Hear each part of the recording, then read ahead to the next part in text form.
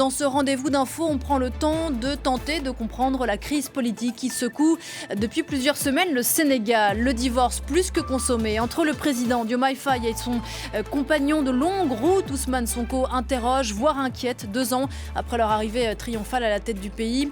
Alors comment en est-on arrivé là ? Le Sénégal va-t-il tout droit vers le blocage politique ? Et qu'en pensent ceux qui avaient plébiscité en 2024 la promesse de changement incarnée par le PASTEF ? C'est Parlons-en avec Paul-Élie de Rohan-Chabot et Mamadou Lamine Sarr. Bonjour à tous les deux, merci d'être là.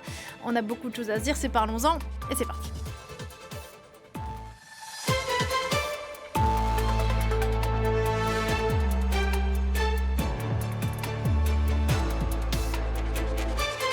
Bonjour Paul-Élie de Rohan-Chabot. Et bienvenue sur ce plateau. Vous êtes journaliste à Africa Intelligence et où vous êtes en charge du Sénégal. Et avec nous depuis Dakar, Mamadou Lamine Sarr. Bonjour. Bonjour. Merci beaucoup de participer à distance à cette discussion. Vous êtes enseignant en sciences politiques à l'université numérique Cheikh Hamidou Kane. Diomaye c'est Sonko, Sonko c'est Diomaye, disait-il pendant la campagne il y a 2 ans. Après tant d'années de galères et de combats, la fin d'un tandem politique vieux de 12 ans, donc entre Ousmane Sonko et Bassirou Diomaye Faye. Leur alliance aura traversé les années de répression, de prison, mais ce sera heurté visiblement à l'exercice du pouvoir. Ousmane Sonko tenait hier soir une conférence de presse. C'est la première fois qu'il s'exprimait publiquement depuis son limogeage par le président Diomaye Faye. On va l'écouter. Nous avons échangé et il a exprimé son souhait de mettre un terme à notre collaboration puisqu'il considérait qu'un certain nombre des positions que j'avais prises ces derniers temps l'incommodaient, poser problème. Nous sommes, qu'il le veuille ou pas, dans une situation de cohabitation. Il n'a pas un seul député à l'Assemblée nationale sur 165. Un seul. PASTEF a 130 députés sur 165. Ça, si ça n'impose pas la cohabitation, ce serait quoi la cohabitation ? Il faut qu'il redescende de son piédestal et qu'on se parle en responsable, dans l'intérêt de ce pays.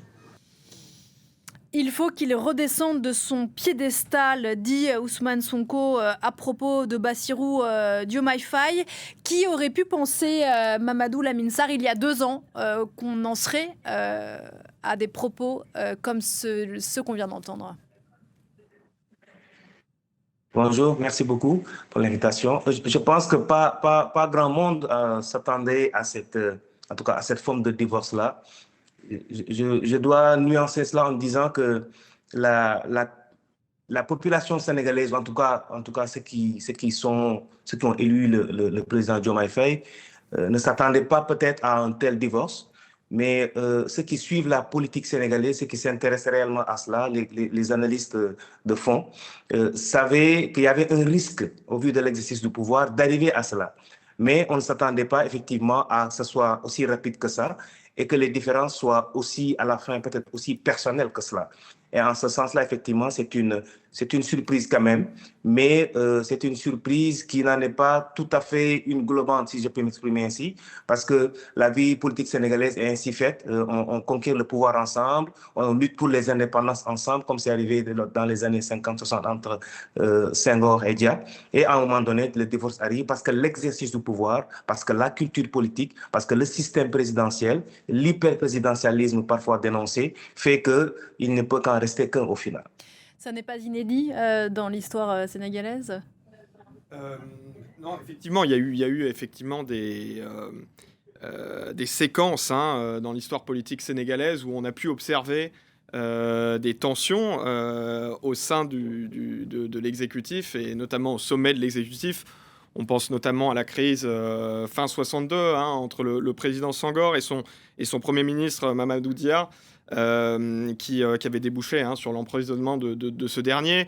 On sait aussi qu'il y avait eu des tensions sous un des prédécesseurs de Bassirou Diomaye Faye en tant que président, le président Abdoulaye Wade, qui d'ailleurs fête ses 100 ans à l'heure où nous parlons, qui s'était retrouvé dans une séquence assez tendue avec son Premier ministre de l'époque, Macky Sall.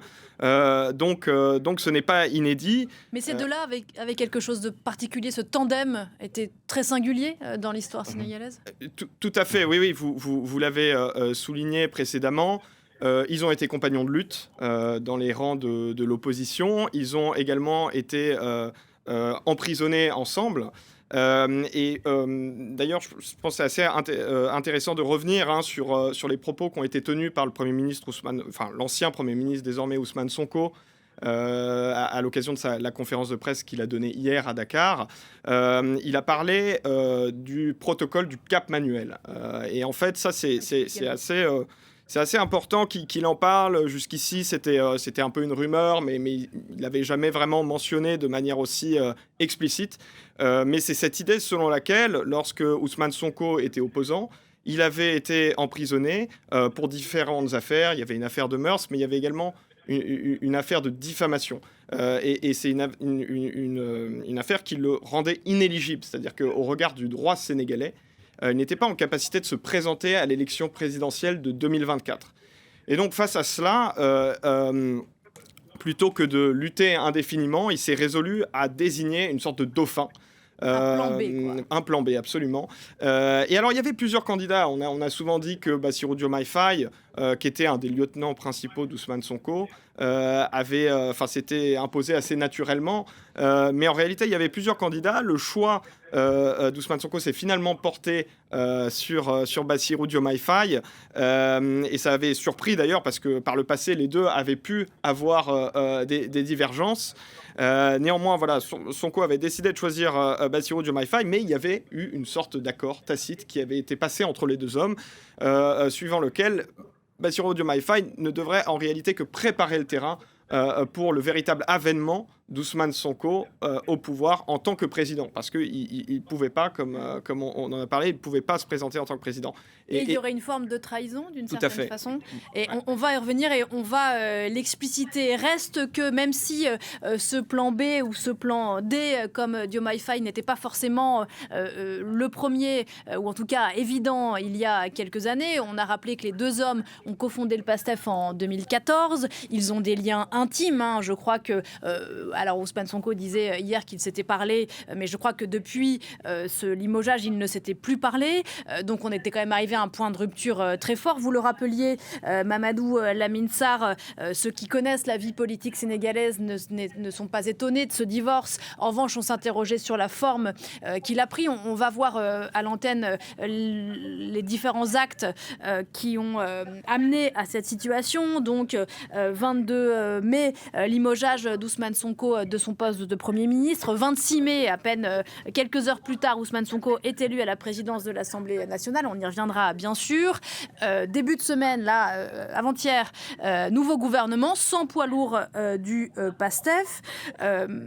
Et le 6 juin, congrès du PASTEF qui permettra sans doute de clarifier beaucoup de choses au sein du parti des patriotes africains du Sénégal pour le travail, l'éthique et la fraternité. Vous disiez tout à l'heure, Mamadou Lamine Sarr, que les observateurs de la vie politique sénégalaise savaient qu'il y avait un risque que ça ne se passe pas bien. Qu'est-ce qui résidait dans ce risque ? Ouais, je pense que c'est sur le fait que tout est inédit dans ce duo, tout du début de l'élection, c'est-à-dire du fait que c'est la première fois que des candidats ou un candidat en tout cas sort de prison et va entre guillemets directement à la présidence. Ça n'est jamais arrivé sous Wade ou sous Macky, des gens qui étaient déjà en place, qui connaissaient l'État, etc. C'était la première fois qu'un parti accède au premier tour, un parti d'opposition au premier tour au pouvoir. C'était la première fois qu'on avait un candidat adoubé, n'est-ce pas, par un autre candidat qui avait, lui, la légitimité politique. Et donc, l'exercice du pouvoir a fait qu'on a eu, à un moment donné, cette confrontation, à mon avis, entre la légalité, c'est la personne qui a été élue par le peuple sénégalais, et la légitimité politique détenue, quoi qu'on puisse dire, par Ousmane Sonko, qui est le chef du premier parti politique sénégalais aujourd'hui. Et donc, entre les deux maintenant, je pense que Ousmane Sonko l'a un peu rappelé hier, il y a peut-être des différents, peut-être à un moment donné idéologiques, même s'ils appartiennent au même parti, des différents politiques sur la perception, des différents personnels peut-être, malheureusement entre les deux. Et Ousmane Sonko a parlé également du fait que l'entourage, en tout cas à son avis, du président Diomaye Faye était également quelque chose de problématique. Mais je pense que si on prend assez de recul, et je pense que c'est ça qu'il faudra faire dans les prochains jours ou les prochaines semaines, il faudra voir tout le process qu'il y a eu depuis maintenant 2-3 ans, depuis 2 ans, pour voir également que peut-être il y a eu également des formes de communication, à mon avis, qui n'étaient pas adaptées de part et d'autre, et qui ont fait qu'à un moment donné, les gens se sont braqués, je pense, et qui a conduit à cette situation. Maintenant, le grand défi qui attend le président Diomaye, c'est effectivement, et Sonko a eu bien raison de le souligner, c'est que l'assise politique n'est pas en sa faveur, il n'a pas le Parlement, il n'a pas le parti, quid maintenant de l'Assemblée nationale, et il faudrait également qu'il fasse le nécessaire pour garder le semblant de stabilité économique et sociale aujourd'hui au Sénégal face aux grandes difficultés, quid de la restructuration, on va le faire, on ne va pas le faire. Il y a énormément de défis qui attendent aujourd'hui le président du Sénégal par rapport à cette situation-là. On va revenir sur la suite, bien sûr, Mamadou Lamine Sarr, mais pour que ceux qui nous regardent et qui ne sont pas familiers de la politique sénégalaise comprennent bien, il nous faut encore essayer d'éclaircir les raisons de ce divorce. Et les mots que vous avez employés, effectivement, on pourrait les coller à une relation de couple, un problème de communication, des blocages, des mots qui ne sont pas passés. Je comprends qu'il s'agit tout à la fois d'un problème personnel et politique. Sur le volet personnel, alors on l'a rappelé, c'est Ousmane Sonko qui aurait dû y aller initialement, mais il a donc été empêché, rendu inéligible en raison notamment d'une condamnation pour diffamation. Sonko, c'est le tribun, c'est l'homme politique le plus populaire du Sénégal aujourd'hui, ce qui n'est pas le cas de Diomaye Faye aujourd'hui. C'est l'incarnation du projet du PASTEF. D'ailleurs, début mai, Diomaye Faye avait dit, sans le citer nommément, il avait dit le Sénégal n'a pas besoin d'un messie. Est-ce qu'on peut imaginer qu'il y ait une forme de jalousie entre les deux hommes ? Oui, on observe effectivement depuis l'avènement au pouvoir de ce tandem exécutif, on a observé progressivement une forme d'émancipation en fait de Bassirou Diomaye Faye. On voit que le président Faye n'a pas souhaité être, pardonnez-moi l'expression, mais l'homme de paille qu'une partie de l'entourage d'Ousmane Sonko souhaitait qu'il soit. Il ne s'est pas cantonné à un rôle d'exécutant, mais au contraire a pris des initiatives, s'est affirmé. En novembre dernier, notamment une étincelle qui a pu mettre le feu aux poudres, c'est la revitalisation de sa coalition présidentielle, coalition Diomaye, qui était Diomaye président, qui était une coalition qui avait été montée un peu à la va-vite au cours des derniers mois avant. Des dernières semaines avant l'élection présidentielle de 2024, et qui est une coalition qui comporte une myriade de petits partis, parfois de micro-partis, et qui est en fait la plateforme politique sur laquelle souhaite se baser le président Faye pour l'élection présidentielle de 2029. Et donc, quand cet événement a eu lieu, on a vu très vite des attaques émanées du camp pro-Sonko qui y ont vu une sorte de déclaration de guerre qui ne disait pas son nom. D'ailleurs, le camp pro-Sonko, on l'a évoqué rapidement, mais dans la composition du nouveau gouvernement dirigé par un technocrate, les poids lourds du PASTEF sont partis. Ceux qui étaient à la tête des ministères de l'Intérieur, de la Justice, des Affaires étrangères, ils ne sont restés, qu'ils n'y voient pas d'offense, des moins gros poids lourds. Et d'ailleurs, le congrès du PASTEF, le 6 juin, peut-être clarifiera leur exclusion éventuelle du PASTEF en conséquence. Sur ce qui vient d'être dit, Mamadou Lamine Sarr, on va revenir sur peut-être effectivement les désaccords plus politiques, mais sur cette espèce d'inversion des rôles originels qui aurait pu provoquer ou en tout cas alimenter ce rapport conflictuel entre les deux hommes. Oui, fondamentalement, je pense qu'à un moment donné, et c'est peut-être là où il y a débat sur la considération en tout cas la stratégie que devait adopter le parti PASTEF par rapport au président, c'est qu'à un moment donné, le président de la République a été, et je pense que c'est naturellement la fonction qui demande cela, a été amené à porter justement cette fonction, à porter l'habit du président. Et donc, je pense qu'il s'est peut-être senti à un moment donné sous forme de restriction, ce qu'il ne pouvait pas bien évidemment accepter en tant que chef d'État. Donc, il y a peut-être eu à un moment donné cette méconnaissance ou en tout cas cette incompréhension entre Bassirou Diomaye Faye et son parti d'origine, le PASTEF, sur comme la posture à adopter déjà pour lui personnellement en tant que président de la République et la posture à adopter par rapport à PASTEF qui est le parti d'origine. Je rappelle que à mon avis, il y a une bonne décision, à mon avis, qui a été prise tout au début du mandat, le fait de vouloir se distancer un peu du parti, je dis bien un peu, c'est-à-dire de ne plus être membre, en tout cas, de ne plus avoir de fonction officielle au sein du parti. Donc ça, c'était une bonne décision, à mon avis, du président Diomaye Faye, parce que c'était une nouveauté, c'était quelque chose qu'on ne voyait pas au Sénégal, où le président de la République restait quand même l'acteur central du parti. Là, on avait une nouvelle configuration, un président de la République à côté, et un parti qui était détenu par notamment l'ancien Premier ministre, et qui faisait qu'on avait une sorte d'équilibre et de complémentarité entre les deux. Sauf que, à mon avis, l'exercice, encore une fois, du pouvoir, la culture politique sénégalaise, qui a tendance à se concentrer sur le chef, sur le décideur principal, ça c'est une culture politique, ça c'est également l'héritage, une certaine forme d'héritage, n'est-ce pas, du système politique sénégalais, n'est-ce pas, issu d'une longue tradition, fait qu'à un moment donné, les acteurs sont amenés naturellement ou involontairement, bien évidemment, à se définir comme le centre de la politique sénégalaise. Et là, je pense qu'on a eu deux actions combinées, un acteur central de la politique institutionnelle, qui est différent de l'acteur central politique qui était Ousmane Sonko. Et le fait qu'il ait pris ses distances avec le parti va peut-être se retourner contre lui. On va y revenir dans un instant. Ousmane Sonko étant le patron du parti et aujourd'hui le patron de l'Assemblée nationale où le PASTEF est largement, plus que largement majoritaire. D'un mot, Mamadou Lamine Sarr le rappelait à l'instant, le régime sénégalais est fait de telle façon à ce que c'est un régime présidentiel, hyper présidentiel. Donc d'une certaine façon, Bassirou Diomaye Faye a épousé aussi la fonction qui est la sienne. Oui, absolument. C'est vrai que vous avez raison de le souligner. C'est un régime qui est un régime présidentiel, parfois qualifié d'hyper-présidentiel. Même, à un moment donné, il y a quelques années, la fonction de Premier ministre a même été abrogée avant d'être réinstaurée. Donc, il y a une tendance à un exécutif très fort.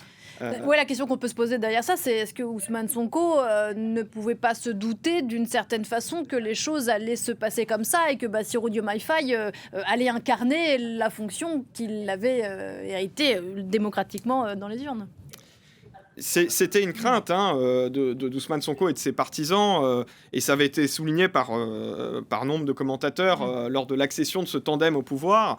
Très vite, les deux hommes s'étaient forcés de démentir toute divergence, mais en réalité, on a vu apparaître des désaccords relativement tôt. En réalité, dès juillet 2025, Ousmane Sonko parle d'un problème d'autorité au Sénégal et appelle le président Bassirou Diomaye Faye à prendre ses responsabilités. Il fait référence à l'époque à des attaques à l'encontre de sa personne parce que lui s'est engagé dans une sorte de croisade contre ceux qui tenaient le pouvoir lorsque lui était dans l'opposition, en leur demandant de rendre des comptes. Et il jugeait à l'époque que le président était trop mou finalement et ne le soutenait pas assez dans ces efforts-là. Vous faites référence notamment à un dossier majeur, central, et on en vient là au fond aujourd'hui qui occupe le Sénégal, au-delà simplement si j'ose dire, ce duel politique. C'est la question du dossier de la dette cachée, révélée quelques mois après l'arrivée au pouvoir de ce duel Sonko-Diomaye Faye. Donc cette dette cachée de 7 milliards de dollars imputable à l'ancien pouvoir, selon le pouvoir actuel. Et effectivement, le Premier ministre ministre Sonko était plutôt partisan, et le reste, je crois, d'une ligne dure vis-à-vis des autorités antérieures, quand Diomaye Faye a pas défendu nécessairement, mais en tout cas a défendu l'indépendance de la justice. Est-ce que ce dossier de la dette, Mamadou Lamine Sarr, c'est vraiment l'un des sujets de crispation, et là on dépasse la question personnelle, mais de crispation politique, voire idéologique entre les deux hommes? Je pense effectivement que c'est un des points d'accroche entre les deux. Le Premier ministre Ousmane Sonko, l'ancien Premier ministre Ousmane Sonko avait vraiment une vision très claire de la gestion de la dette.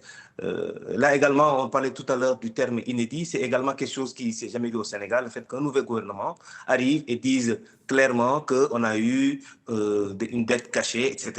Ça également, c'est quelque chose, et ça a participé également d'une part à une certaine forme de renforcement de l'image pour certains du Premier ministre. Mais la gestion de la dette, effectivement, à mon avis, a peut-être constitué également un élément différent, dans le sens où sa vision souverainiste, sa vision de sauvegarder en tout cas une certaine stabilité, je disais, économique et sociale, faisait que le Premier ministre Ousmane Sonko n'était pas et n'est toujours pas favorable à une certaine forme de restructuration comme on l'entend notamment de la part du Fonds monétaire international.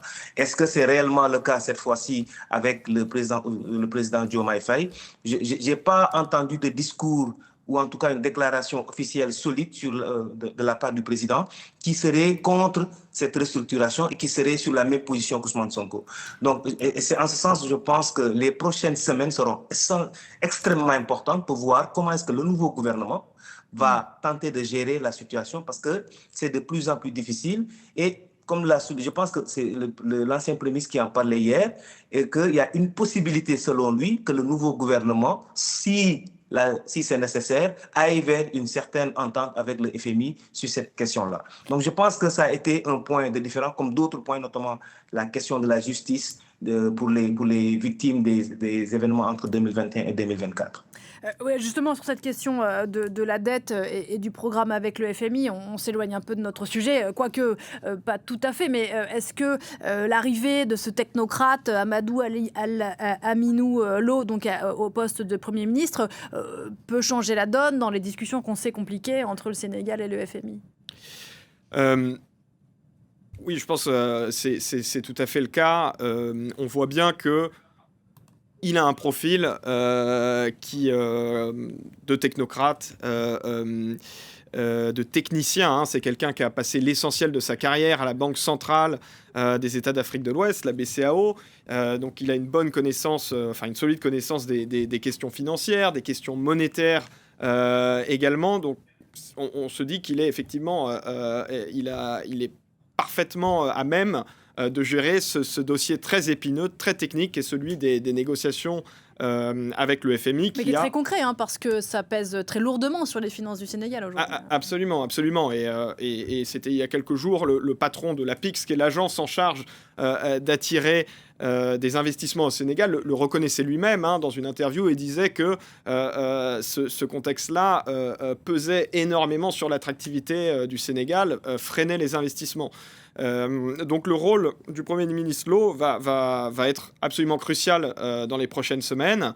Ce qu'il y a d'intéressant avec ce personnage, c'est que c'est quelqu'un, donc, on l'a dit, qui a une longue carrière de technocrate, qui a pu exercer des responsabilités sous l'ancien président Macky Sall, mais qui a également su se rapprocher d'Ousmane Sonko, parce que Ousmane Sonko, qui a beaucoup d'estime pour lui, en avait fait le secrétaire général de son gouvernement lorsqu'il était arrivé comme à la primature, donc en avril 2024.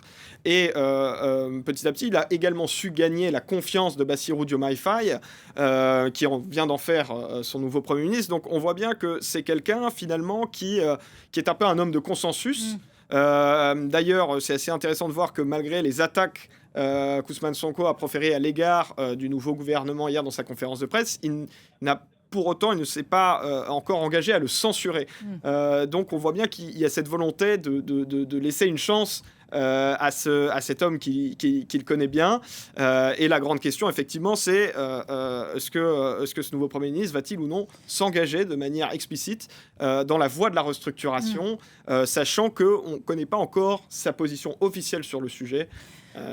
Voilà, qui n'était pas donc la position d'Ousmane Sonko. Et donc encore un mot là-dessus, Mamadou Lamine Sarr, il y a urgence. Le Sénégal a évité, je crois, le défaut de paiement de justesse au mois de mars en réglant une partie de ses créances, mais il y a urgence d'une façon ou d'une autre à régler définitivement, si j'ose dire, cette situation économique.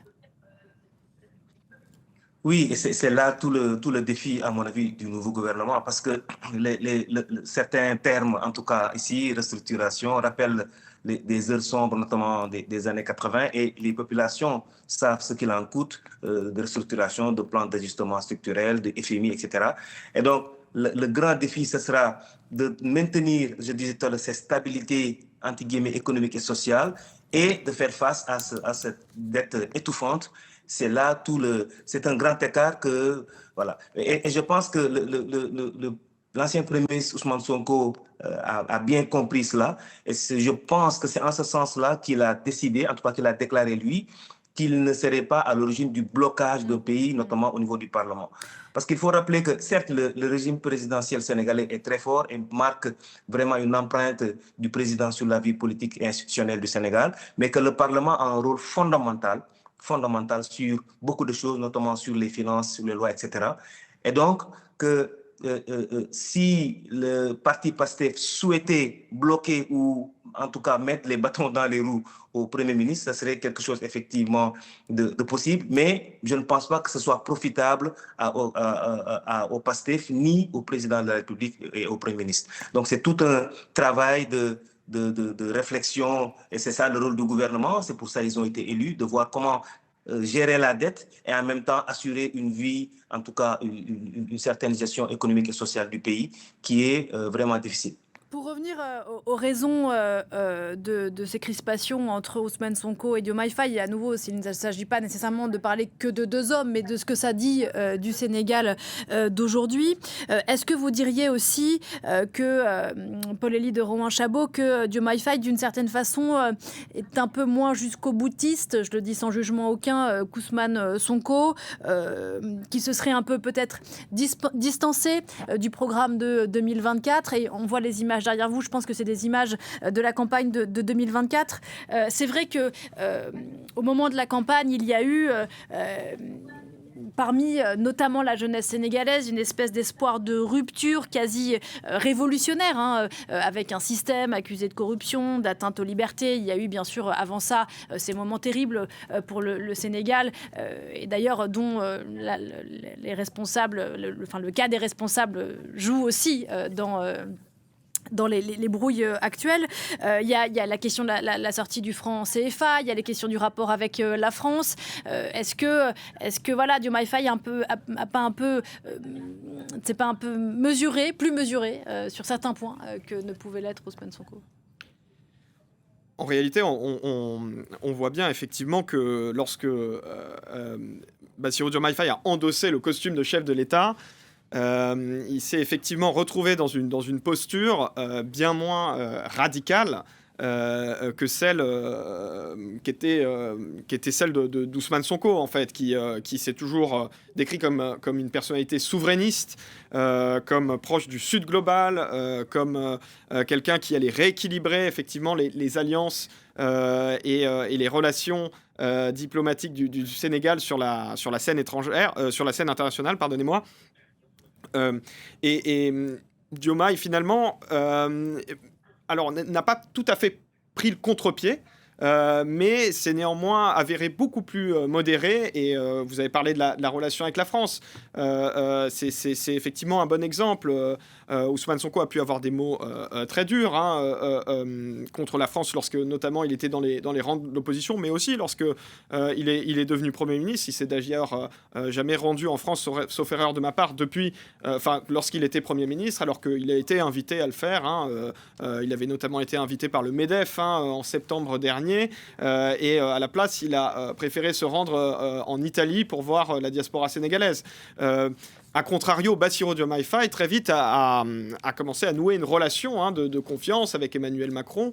On l'a vu tout récemment, il faisait partie des invités du chef de l'État français lors du sommet Africa Forward à Nairobi, et ça a été une occasion pour lui de s'entretenir longuement avec son homologue français.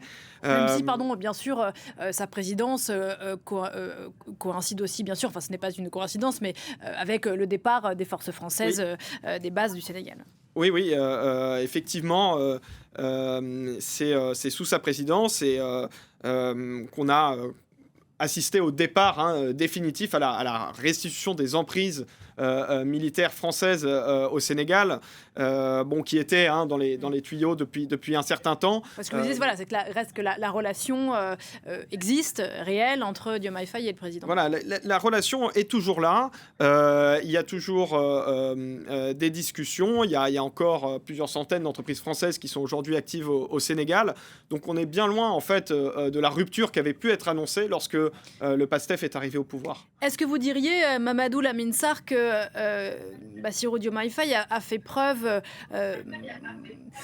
de pragmatisme parce qu'il est arrivé à la fonction à laquelle il est, ou de réalisme, ou au contraire, comme peuvent le penser certains dans l'entourage d'Ousmane Sonko, qu'il aurait trahi, qu'il aurait renoncé d'une certaine façon au programme originel?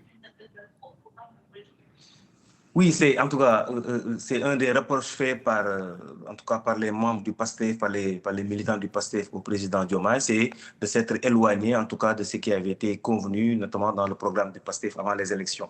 Mais je fais toujours attention à ce genre d'interprétation parce que je considère que sans l'avoir fait dans ma vie bien évidemment, mais je pense que l'exercice du pouvoir change les hommes et vous amène à un niveau d'information que vous n'aviez pas peut-être quand vous étiez à l'opposition ou dans votre fonction publique précédente, par exemple. Et je pense que le président Diomaye Faye a été confronté également à cela, tout comme le Premier ministre Ousmane Sonko.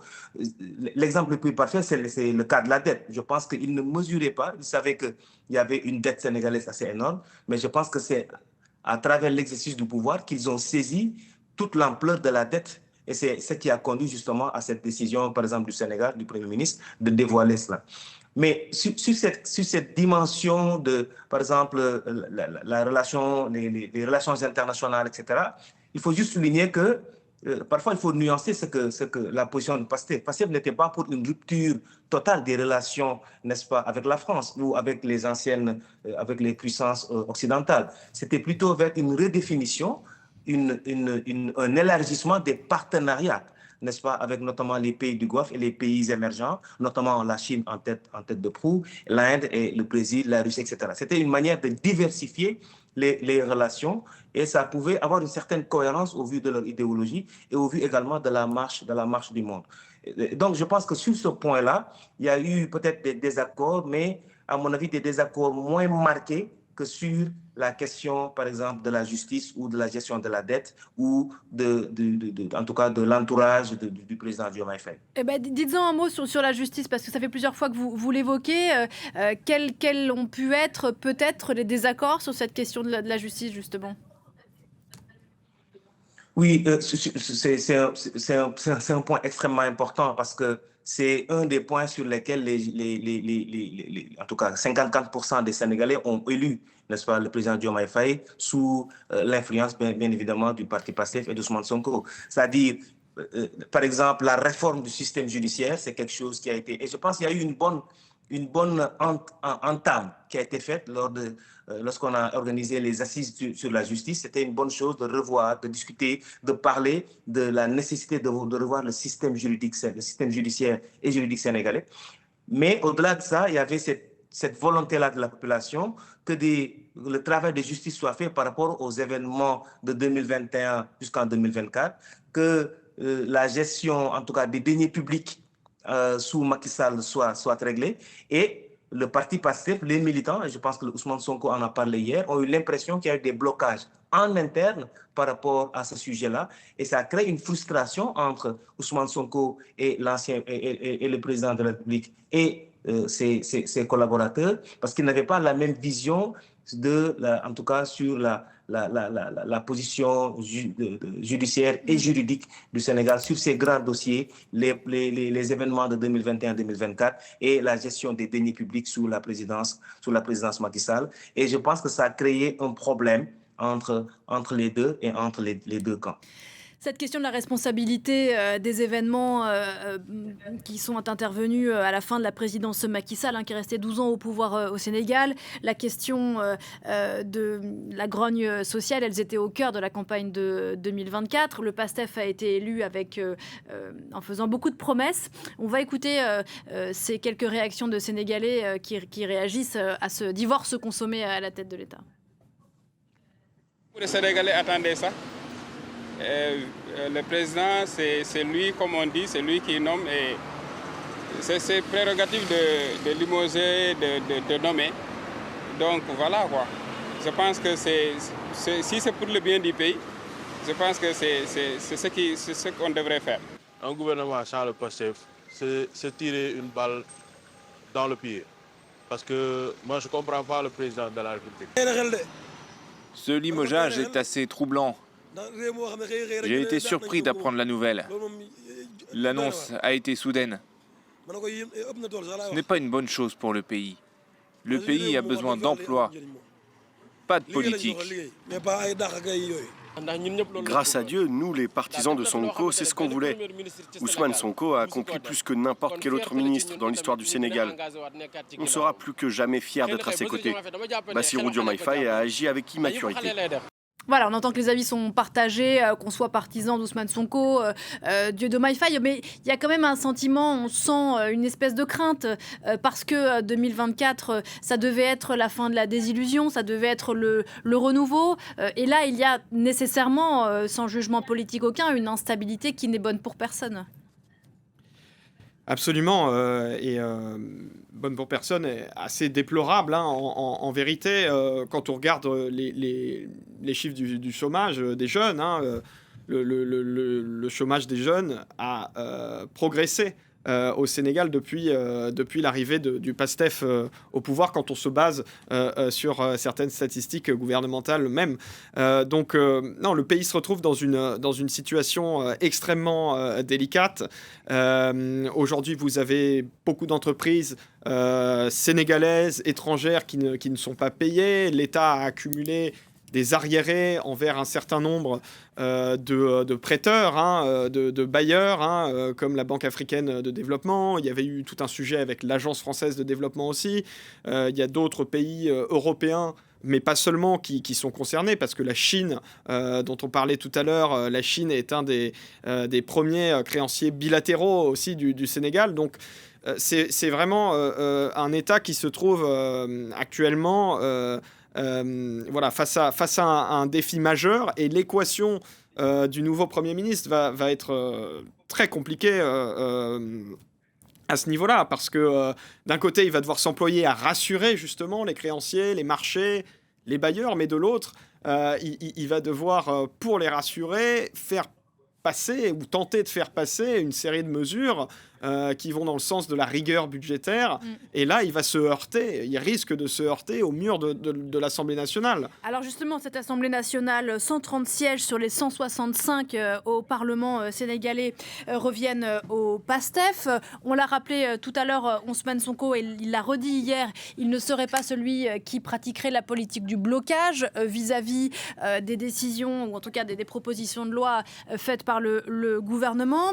Ils sont forcés de cohabiter. C'est aussi un peu ce que disait Ousmane Sonko, accusant Diomaye Faye de ne pas réaliser que en fait, le Sénégal est entré dans une forme de cohabitation. Écoutez ce qu'en disait il y a quelques jours au micro France 24 de Marc Perelman, Al Yountin, qui est fondateur de l'African John Center, militant des droits humains. Ni Diomaye ne peut partir sans Sonko, ni Sonko sans Diomaye. Ils sont pratiquement condamnés à discuter ensemble, mais aussi dans la sérénité, en respectant les institutions, en respectant la place de tout le monde. Si on ne le fait pas, aujourd'hui, je dirais qu'on ne sera pas au 4e sous-sol, mais on sera au sous-sol du 4e sous-sol. Franchement, la situation du pays, les Sénégalais sont très fatigués à l'heure actuelle. La situation est extrêmement difficile pour les Sénégalais.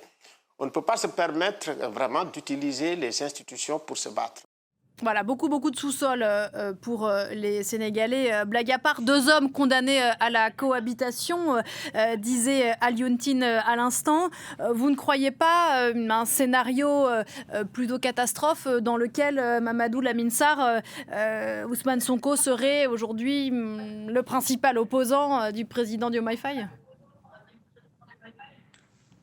Oui, c'est là tout le paradoxe. C'est-à-dire qu'aujourd'hui, en l'état actuel des choses, c'est le premier parti d'opposition. Et on en revient encore à l'inédit, quoi. C'est le parti qui a conquis le pouvoir, qui en quelques années est devenu le premier parti d'opposition, même si on peut mettre des guillemets, par rapport au président. Et c'est là tout le paradoxe, et c'est là tout le défi pour la classe politique sénégalaise, et en particulier pour PASTEF, et pour le président Diomaye Faye et sa future coalition. Parce que, à mon avis, aucun des deux, pour l'instant, n'a intérêt à ce que le Sénégal connaisse une certaine instabilité politique ou institutionnelle, parce que les priorités sont ailleurs et que les Sénégalais, déjà, sont assez dubitatifs sur ce divorce-là et alors ne comprendraient pas que la politique soit également, depuis maintenant 2-3 ans et pour le reste du mandat, au centre des discussions. Les attentes sont ailleurs, les priorités sont ailleurs, les risques sont ailleurs. Et donc, c'est à mon avis ce que doivent comprendre à la fois le PASTEF et son leader, mais également et surtout le président de la République et sa coalition. Mais avec qui, pardon, d'avoir une... Non, mais justement, avec qui aujourd'hui Diomaye Faye peut-il gouverner ? Le PASTEF va rester fidèle, on l'imagine, à son chef, qui est Ousmane Sonko. Oui, à mon avis, c'est peut-être un des points de bascule, ou en tout cas un des points qui n'a pas peut-être été assez calculé de la part du président et de ses collaborateurs. C'est effectivement, à l'heure d'aujourd'hui, on ne voit pas avec qui il peut gouverner. La preuve, c'est que dans son gouvernement, il y a effectivement beaucoup de gens dits technocrates, etc. et assez pas de gens du PASTEF. En tout cas, les ministres du PASTEF vont très certainement être exclus du parti parce que la consigne n'a pas été respectée. Et donc, avec qui gouverner? Tout seul pour l'instant, et faire face au fait que le Parlement est détenu par le premier parti politique du Sénégal, qui est PASTEF. Et le risque, c'est soit on s'entend et on épouse les idées de PASTEF en partie pour pouvoir faire passer des lois et pouvoir gouverner sur les 2-3 ans qui restent, soit, et c'est également un scénario à ne pas exclure, comme on est dans les prospections, d'ici décembre prochain, ça fera 2 ans, pouvoir dissoudre le Parlement. Et même ça, je ne suis pas certain que le président Diomaye Faye, en passant à la dissolution du Parlement, en organisant des élections, qu'il ait la possibilité de gagner les élections, parce qu'au jour d'aujourd'hui, si on s'arrêtait aujourd'hui, le PASTEF reste quand même la première force politique du Sénégal et donc a un certain confort politique pour pouvoir gagner des élections. Et oui, sauf erreur de ma part, le Parlement sénégalais, son mandat s'arrête en 2029. Non, je dis une bêtise. Oui, si, 2029, c'est ça. Il a été élu pour 5 ans. Élection législative anticipée qui ne changerait pas le rapport de force politique qui est en faveur du PASTEF. On peut imaginer une scission au sein du PASTEF ? Comment ça peut se passer ? Oui, alors dès novembre, en principe, le président aura la possibilité de dissoudre l'Assemblée nationale.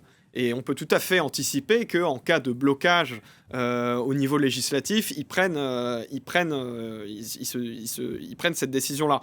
En revanche, voilà, ça risque d'être très périlleux pour son camp, parce que avant d'arriver à susciter une dynamique face au PASTEF, qui est ce parti qui a réussi un véritable raz-de-marée électoral lors des dernières législatives, on en a parlé, mais 130 sur les 160 sièges de députés à l'Assemblée nationale, avant d'arriver à poser les jalons d'une victoire face au PASTEF, pardonnez-moi l'expression, mais il va falloir se lever tôt, parce qu'aujourd'hui... la plateforme Diomaye président, alors ils essaient. Leur premier objectif, c'est d'arriver à présenter des candidats lors des élections locales qui doivent avoir lieu début 2027. Donc ils en sont encore au casting, d'une certaine manière. Ils en sont encore à choisir des représentants. Ce qu'on peut imaginer, c'est, alors ça a déjà commencé en réalité, mais c'est une forme de politique de bras tendu qui ne dit pas encore tout à fait son nom, mais à l'ancien, vers le camp de l'ancien président Macky Sall, le parti de l'Alliance pour la République, l'APR.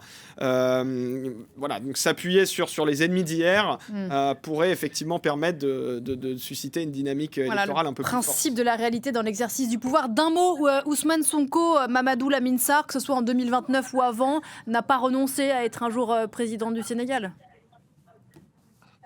Non, je ne pense pas. Je pense que c'est comme disait l'ancien président français, c'est dans un coin de sa tête et il y pense en se rasant. Donc je pense que c'est une ambition personnelle et une ambition de son parti, oui, tout à fait. Et il y pense le matin en se rasant. Merci beaucoup à tous les deux d'avoir participé à cette discussion. Merci infiniment Mamadou Lamine Sarr depuis Dakar, Paul-Élie de Rohan-Chabot, on vous lit dans Africa Intelligence. Merci beaucoup. Une émission à revoir en replay, réécouter en podcast. Merci. On se retrouve dans un quart d'heure pour la suite de Parlons-en. À tout à l'heure.